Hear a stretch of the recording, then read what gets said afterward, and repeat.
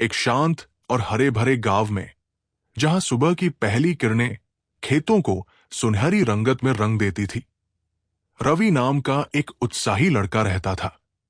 रवि का मन रंगों से भरा था और उसकी उंगलियां हमेशा कुछ नया रचने के लिए बेचैन रहती थी।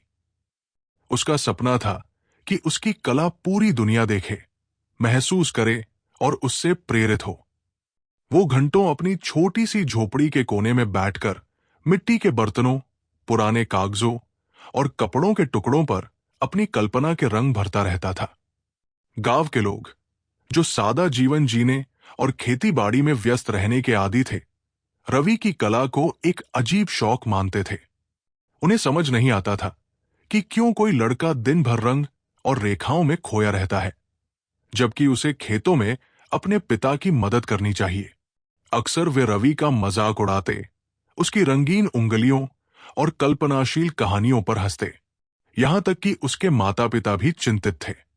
वे चाहते थे कि रवि कोई ऐसा काम सीखे जिससे घर की आर्थिक स्थिति सुधरे, न कि ऐसे सपने देखे जिनका कोई भविष्य नहीं दिखता।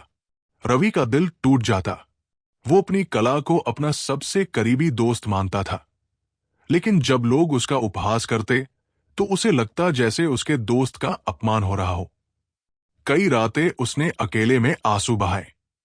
उसे लगता कि शायद उसका सपना सच होने के लिए नहीं बना है। शायद उसे भी दूसरों की तरह साधारण जीवन जीना चाहिए, जहां न कोई उसकी कला को समझेगा और न ही उसे इस तरह की निराशा का सामना करना पड़ेगा। वो सोचता कि इस दर्द को सहने से बेहतर है कि वह अपने सपनों को त्याग दे। एक दिन गांव में अचानक एक हलचल मची। शहर से एक प्रसिद्ध कलाकार, श्री वर्मा, गांव के पास स्थित एक पुराने मंदिर की दीवारों पर बनी कलाकृतियों को देखने आए थे। गांव के कुछ लोगों ने रवि के बारे में उन्हें बताया, एक ऐसा लड़का जो हर चीज पर चित्र बनाता रहता है। उत्सुकता से भरे श्री वर्मा ने रवि से मिलने की इच्छा जताई। जब रवि को यह खबर मिली तो वो डर और उम्मीद के मिश्रण से भर गया। उसने अपनी सबसे अच्छी पेंटिंग्स निकाली, वे जो उसने बड़े जतन से धूल और धूप से बचाकर रखी थी।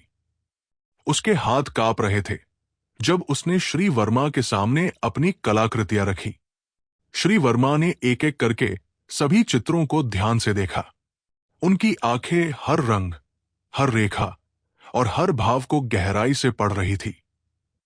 गांव के लोग भी उत्सुकता से आसपास खड़े थे, ये देखने के लिए कि शहर का बड़ा कलाकार इस गांव के लड़के की कला के बारे में क्या कहता है। जब श्री वर्मा ने आखिरी पेंटिंग देखी तो उन्होंने रवि की आंखों में देखा। उनकी आंखों में प्रशंसा और सहानुभूति का भाव था। उन्होंने कहा, रवि, तुम्हारे हाथों में ईश्वर का वरदान है।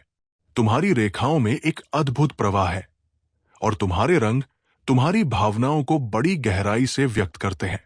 लेकिन उन्होंने थोड़ा रुककर कहा, तुम्हारी कला में अभी वो गहराई नहीं है जो जीवन के थपेड़ों और अनुभवों से आती है।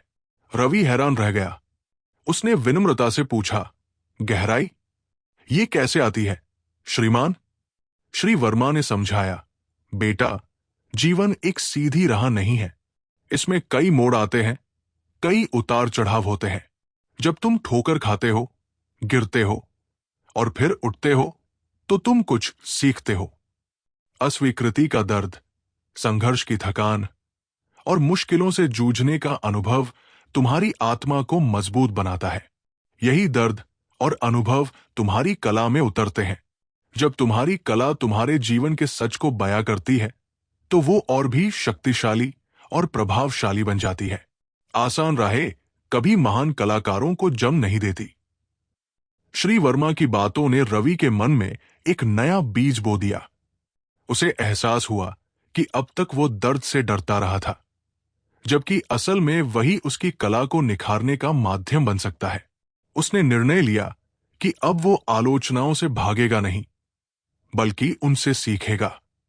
वो मुश्किलों का सामना करेगा और अपने अनुभवों को अपनी कला में रंग देगा। उस दिन के बाद रवि का नजरिया बदल गया। उसने और भी लगन से अभ्यास करना शुरू कर दिया।